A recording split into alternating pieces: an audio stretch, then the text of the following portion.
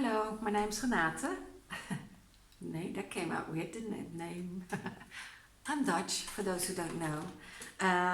But today I'd like to talk about a story that I actually heard when I interviewed people. This was around 2010.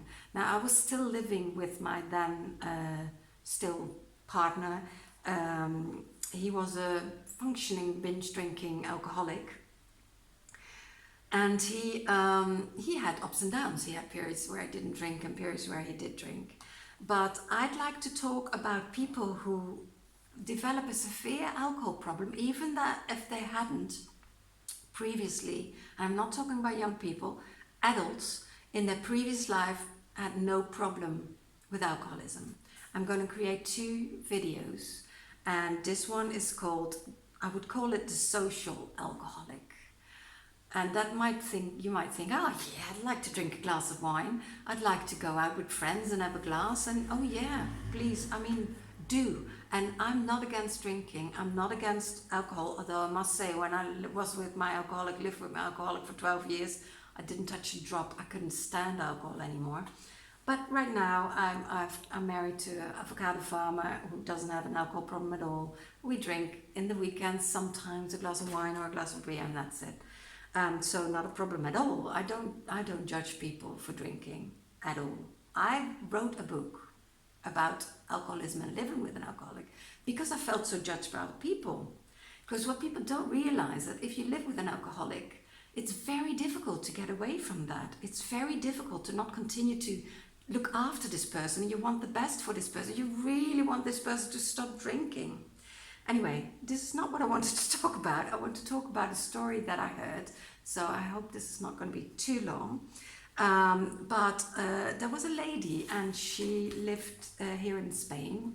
I interviewed her anonymously, and she had no drinking problem at all. She was an adult, she had children, and she had a social life here with other she was English, with other English ladies, and they used to go out lunchtime. You can do that all year round and have a nice glass of wine and a chat. And then she went home and cooked and was with her husband, no problem at all. She did that for years. This was quite a way back. And then a crisis hit. Now, there have been a few crises, so I don't know exactly which one, but it might have been the 2008 crisis. The crisis hit, and her friends had to move back to the UK. They hadn't job, they couldn't find work anymore here, so they had to move back. And she found herself really alone because she had married a Spanish man and loved him, of course, and had children. So she was quite lonely, and she started watching a lot of TV, and she watched a lot of soap series and talk shows. And by the way, this was in 2010 when I interviewed her. This is still happening. And it's always around drink, isn't it? And there's always the bar, and there's always glasses of wine or whatever. And she, while watching this, thought, oh, I'm going to have one. I'm going to have a glass of wine. And then another one. And then another one.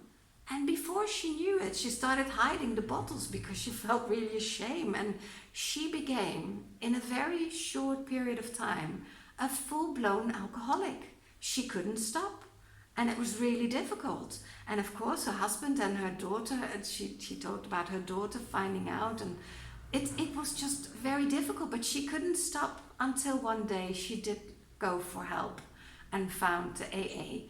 This is where I met her because I was interviewing people for my book, which is children, partners, and spouses of alcoholics, also parents of alcoholics, but also some recovering alcoholics. So I was invited to an AA meeting, which is was fantastic, and I'm so grateful for that. So I could tell their stories, and I bundled all these stories. Also, I interviewed also healthcare employees who worked with alcoholics, and I bundled all their stories, and it's really in a storytelling way. So not just boring scientific facts in a book called Cheers, Breaking the Silence One Voice at a Time.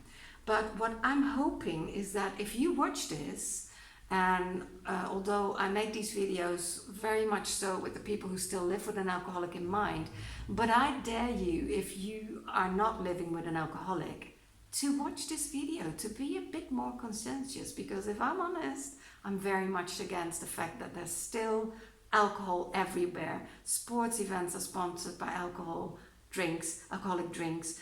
There's still alcohol advertisement on TV and everybody happy and healthy and young and wow. And it creates such a problem for so many people. Just be aware, okay? And if you are living with an alcoholic, I'd like to end with this. Please let the focus be more on you, not so much on the alcoholic, because that's the start of a better life. Bye for now.